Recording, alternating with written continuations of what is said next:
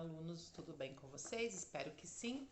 Hoje, na nossa rotina do dia 14 de julho de 2020, terça-feira, a gente vai ler o texto Coça, Coça na Roça.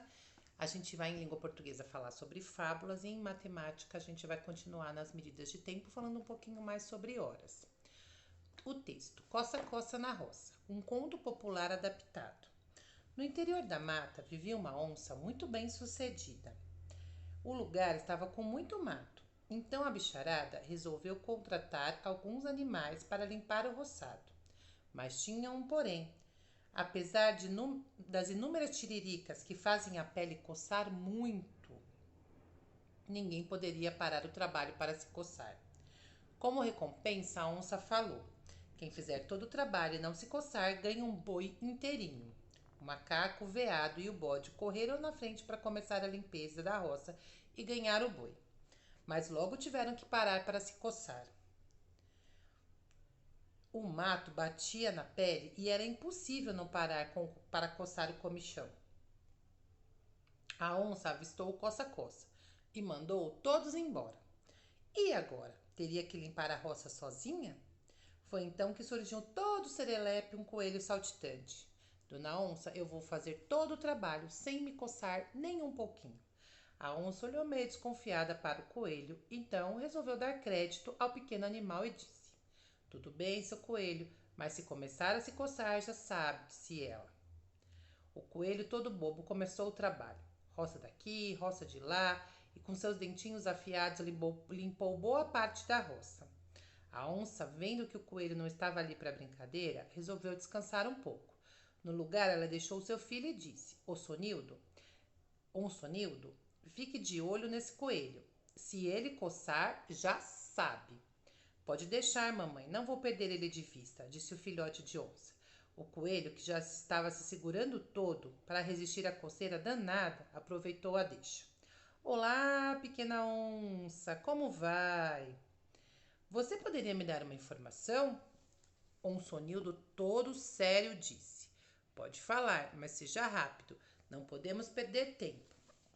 Minha mãe quer ver logo toda essa roça pronta, disse ele, estufando o peito, o filhote de onça. O coelho perguntou: você sabe me dizer onde ficam as manchas do boi que eu vou ganhar? Fica aqui, fica aqui, fica aqui.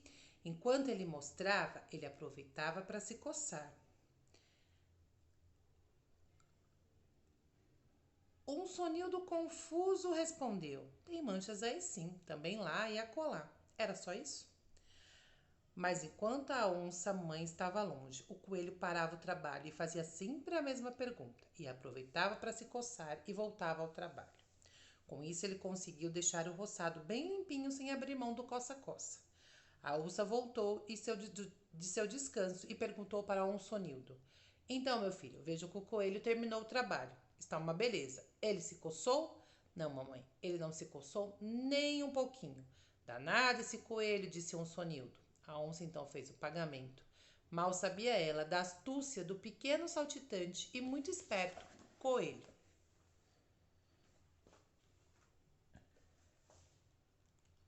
Vamos lá para a língua portuguesa. A página é a 180 e 181. Aqui eu vou pedir para vocês fazerem a leitura das duas fábulas, a raposa e o corvo, a cegonha e a raposa. Feita essa leitura, vocês vão responder a página 181, que é: quais são as características na letra A atribuídas ao corvo, na letra B atribuídas à raposa. Lembrando que características são se ela é esperta, se ela é gorda, se é magra, se é inteligente, se é bonita, se é baixa, se é alta. Isso são características, tá? Tanto as características físicas, gordo, alto, baixo, loiro, moreno, como as características também, né, ligadas à inteligência, se é inteligente, se é esperto, se é rápido, né?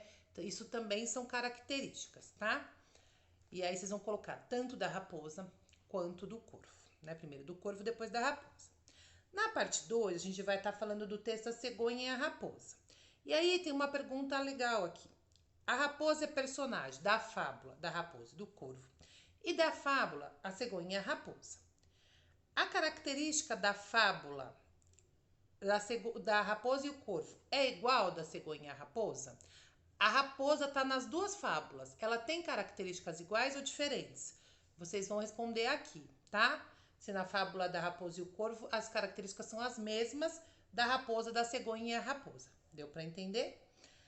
O corvo é considerado um animal astuto e inteligente. Que acontecimento da fábula demonstra essas características da personagem? Explique. Astuto, a gente viu que tem lá no Costa a Costa na Roça, né? Quando fala do coelho, a gente também usa a palavra astuto. Astuto quer dizer esperto, que gosta de levar vantagem, que engana. O coelho enganou o Onsonildo, lembra? Então, isso é astuto, tá? Então, na fábula o corvo é considerado um animal astuto e inteligente. Que acontecimento que a gente tem indicando isso? Aqui a gente consegue conhecer, né, através dessas questões, as características dos personagens da fábula. Então, prestem atenção nessas características e respondam as perguntas. Em matemática, a gente vai para a atividade 3.4, na página 21. Que aqui a gente tem, ó, página 21, os relógios analógicos, que a gente viu, falou um pouquinho ontem.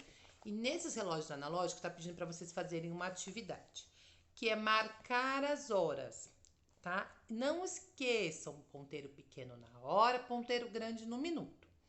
Então, a hora do início da aula. Por que a gente vai marcar as horas? Porque a gente vai começar a entender por aqui que aquilo que eu falei ontem, né? A gente tem hora para tudo. Então, para a gente chegar na escola no mesmo horário, a professora, os alunos, e aí dividir as aulas, a gente tem um horário de início das aulas, que era 7h10, e que vai ser quando a gente voltar, 7h10.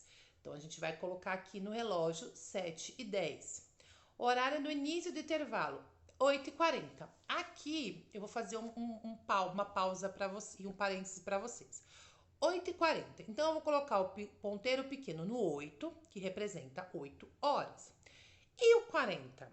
Então, se eu tenho no 1 o 5, no 2 o 10 minutos, lembra que eu falei que é de 5 e 5? No 3 o 15, no 4 o 20, 5 25, 6 30, 7 35. No 8 eu tenho 40, né? Porque o 8 vezes 5, 40. Lembra que eu falei que a gente pode usar a tabuada do 5 aqui? Então, eu vou colocar o 8 no minuto, no 8. E a gente também vai colocar as horas no 8. Então, eu vou representar o ponteiro pequenininho da hora e um ponteiro um pouquinho maior do minuto no mesmo lugar que é o 8. A hora, eu posso até, para não ficar grudado um no outro, colocar um pouquinho mais para cima. Lembra que eu falei que a gente pode colocar no intervalo? Até porque se fosse 8h40, ela estaria um pouquinho mais para cima já, tá? Não estaria exatamente no número 8. Deu para entender? Hora da saída da escola era 11h40. É a hora que é onde você foi dormir ontem, aí é individual, você vai lembrar ou perguntar pra mamãe um horário aproximado, às vezes a gente não lembra o horário exato, mas um horário aproximado e você coloca aqui, ok? Na página 22, a gente tem um outro exercício, que é: observe os dois horários marcados no relógio digital e descubra quanto tempo se passou em cada uma das situações. Então, a gente tem aqui o primeiro horário, 8h15. Das 8h15 até as 9h30, a gente passou uma hora? Passou, porque das 8h15 até as 9h15 eu tenho uma hora.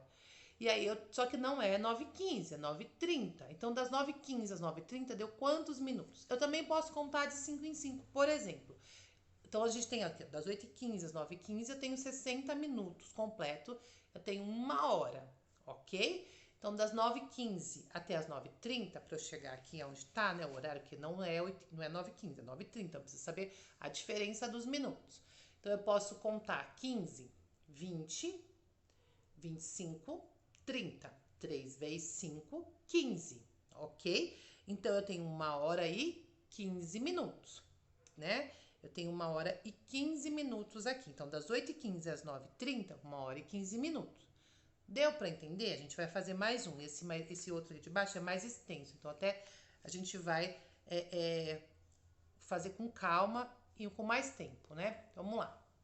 12h30. Eu quero chegar até as 4, né? 16h15. Do 12h30 às 16h15, quantas horas? Eu sei que, ó, Das 8 às 9, a gente tem 1 hora, não é isso? Das 9h10 às 8h10, sempre que for igual, a gente vai ter 1 hora, ok? Então, do 12h30 às 13h30, né, 12h30 às 13h30, eu tenho 1 hora. Até às 14h30, 2 horas. Até às 15h30, 3 horas. Quando eu chego no 16, eu não vou até às 16h30, então não tenho mais hora completa aqui, então eu fico só com as 3 horas. Então, 12h30, 13h30, 14h30, 15h30, 3 horas. 15h30, se eu sei que é 60 minutos para formar 1 hora, se eu colocar mais 30 não é 60? Então, das 15h30, se eu colocar mais 30, eu cheguei até as 16. Só que não é 16, é 16h15. Então, se eu somar mais 15, eu tenho 45. Então, eu tenho 3 horas e 45 minutos. Deu para entender o que eu fiz? Eu somei lá das 12h30, 13h30, 14h30, 15h30. Depois das 15h30 até as 16, eu somei mais 30, que completou 1 hora. Então, eu tenho só que separar, né? Porque não é mais 1 hora cheia. Tenho mais 30 minutos. Só que a gente tem, não é 16, é 16h15. Então, eu tive que somar mais 15 minutos. Então, 30 mais 15, 45.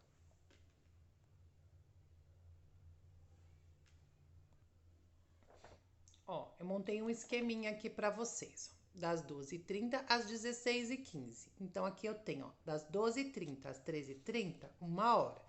Das 13h30 às 14h30, 1 hora.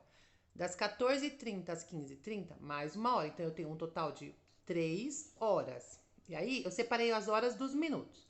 Então, eu parei aqui nas 15h30, mas eu quero chegar até as 16, ok? E 15. Então, eu fiz das 15h30 até as 16, eu tenho um intervalo para chegar nos 60, lembra que eu só fecho o 00 no 60? De 30 minutos. E das 16 até as 16... Falha técnica, o celular da professora caiu, mas a gente continua aqui. Eu encostei o papel muito próximo, caiu. Então, aqui, ó, das 16 às 16h15, 15 minutos. Então, eu tenho 30 mais 15, 45. Então, eu tenho 3 horas e 45 minutos. Deu para entender? Podem fazer esqueminha assim também para fazer os outros exercícios. Então, até amanhã. Um bom final de dia. Espero que tenham entendido. Se não entenderam, pode perguntar no WhatsApp das professoras. A gente tem que explicar mais um pouquinho. Até amanhã.